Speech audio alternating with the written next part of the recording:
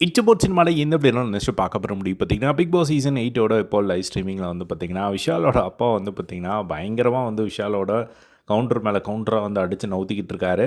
So இப்போ வந்து பார்த்தீங்கன்னா, என்ன பேசுறதுன்னு தெரியாமல் உட்காந்துட்டு இருக்கும்போது முத்துக்குமரன் வந்து ஆரம்பிச்சு விட்டாரு. சரி என்னமோ நீங்கள் கல்யாணம் பண்ணதே வந்து உங்கள் ஒய்ஃபை தூக்கிட்டு வந்துட்டீங்களா அப்படிங்கிற மாதிரி வந்து கேட்கும்போது வந்து அவங்க வந்து பார்த்திங்கன்னா அந்த கதையை சொன்னாங்க. நான் தூக்கிட்டு வரல, எங்கள் அம்மாவோட தங்கச்சி அவங்க தான் வந்து தூக்கிட்டு வந்தாங்க. என் கதை வந்து ஒரு அலைப்பாயுதே படம் கதை மாதிரி. நான் கல்யாணம் பண்ணி வீட்டுக்கு அனுப்பிச்சிட்டேன். அதுக்கப்புறமா கொஞ்ச நாள் கழித்து அந்த ஒரு விஷயம் தெரிஞ்சு அவங்க வீட்டிலேருந்து அமுச்சு விட்டாங்க. அதுக்கப்புறம் இப்போ வரையுமே வந்து அவங்க வீட்டுக்கு வந்து போகிறதில்ல அவங்க அப்படிங்கிற மாதிரி வந்து சொல்லிட்டு இருந்தாங்க.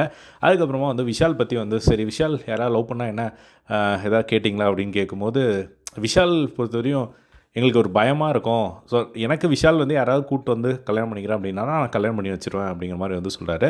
அப்போ வந்து பார்த்திங்கன்னா அடிக்கடி நிறைய பொண்ணுங்க வந்து வீட்டுக்கு வருவாங்க. அப்போ வந்து வந்தப்போ வந்து நான் வீட்டில் இருப்பேன். அப்போ சொல்லுவேன், "ஏய் யாரோ பொண்ணை கூப்பிட்டு வரான்டி இவன்" அப்படின்னு என் ஒய்ஃப்ட்ட வந்து சொல்லுவேன். அதுக்கப்புறமா உள்ளே கூப்பிட்டு வந்ததுக்கப்புறம் அந்த பொண்ணை வந்து, "ஏய் உட்கார்றி" அப்படின்னு சொல்லுவான்.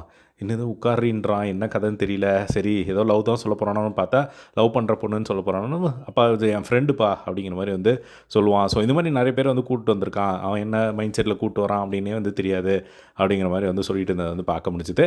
அதுக்கப்புறமா வந்து லவ் ஃபெயிலியர் ஆனால் வந்து ஏதாவது சொல்லியிருக்காங்களா அப்படின்னு கேட்டதுக்கு, அவன் லவ் ஃபெயிலியர் ஆனால் அவன்லாம் வந்து சொல்ல மாட்டான். அந்த பொண்ணே வந்து சொல்லிவிட்டு முடிஞ்சு அப்படின்னு சொல்லிட்டு போயிடும் அப்படிங்கிற மாதிரி வந்து சொல்லிட்டு இருந்தது வந்து பார்க்க முடிஞ்சுது. அதுக்கப்புறம் அவங்க அப்பா வந்து பார்த்திங்கன்னா ஒரு விஷயத்த வந்து சொல்கிறாரு. சரி ஒரு டைம் லவ் ஃபெயிலியர் ஆகிடுச்சு அப்படின்னா செகண்ட் டைம் வந்து நம்ம வேறு பொண்ணை பார்த்துட்டு தான் வந்து போகணும். ஒரு பொண்ணு ஓகே சொல்லலை, அது ஃபெயிலியர் ஆகிடுச்சு அப்படின்னா அங்கேயே நம்மளோட வாழ்க்கை வந்து முடிஞ்சிட போகிறதில்ல அப்படின்னு சொல்லி வந்து நிறைய விஷயங்கள் வந்து சொல்லிக்கிட்டு இருந்தார். ஹவுஸ்மேட்ஸ் எல்லாருமே பயங்கரமாக உழுந்து வந்து சிரிச்சுக்கிட்டு இருந்தது வந்து பார்க்க முடிஞ்சுது.